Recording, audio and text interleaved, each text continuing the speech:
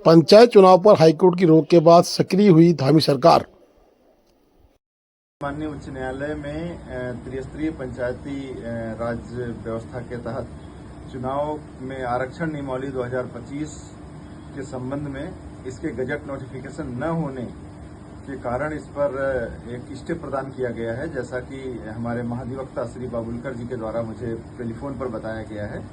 इसके संबंध में हमने रुड़की प्रेस, राजकीय प्रेस रुड़की के निदेशक श्री उमेश पांडे जी से बात की है और उनको से अनुरोध किया है कि आज ही हमें इसकी एक प्रति शासन को उपलब्ध करा दें, जो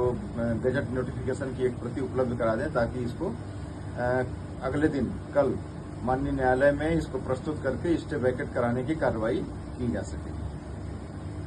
और क्योंकि तमाम वरिष्ठ नेता बैठे इस पूरे उसमें क्या रहा, आप लोगों ने चर्चा क्या? देखिए, एक तो तैयारियों को लेकर था, कहाँ क्या हालात हैं उस पर भी चर्चा हुई, और जो आरक्षण इन्होंने किया उसकी घोर निंदा सभी लोगों ने की है, और हम 24 तारीख का इंतज़ार कर रहे हैं कि किस तरीके का निर्णय आता है।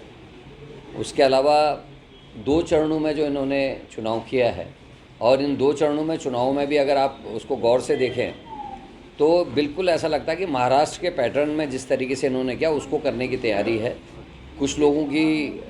पहले ही ड्यूटीज़ लग चुके हैं, क्योंकि एक बड़ा फासला रखा गया है प्रपत्र देने का, उसके बाद नॉमिनेशन चेक होने का, तो 2 तारीख तक सब कुछ हो जाएगा, लेकिन वोटिंग जो है 10 और 15 तारीख को है। और ये जो गैप किया गया कि केवल 12 जिलों में एक साथ चुनाव नहीं कराना,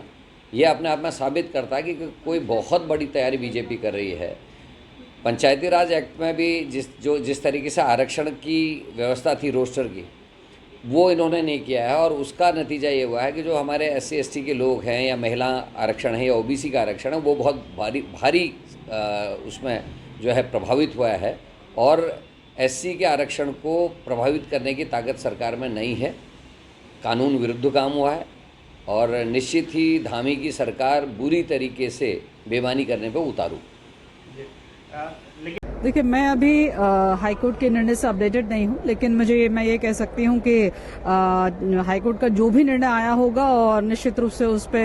उसका परीक्षण होगा, और उसके उपरांत ही जो है मुझे लगता है कि जो भी निर्णय होगा वो प्रदेश हित में और पंचायत चुनाव के हित में जो निर्णय होगा सरकार वो लेगी। ठीक है। Please do like, share and subscribe DCL News.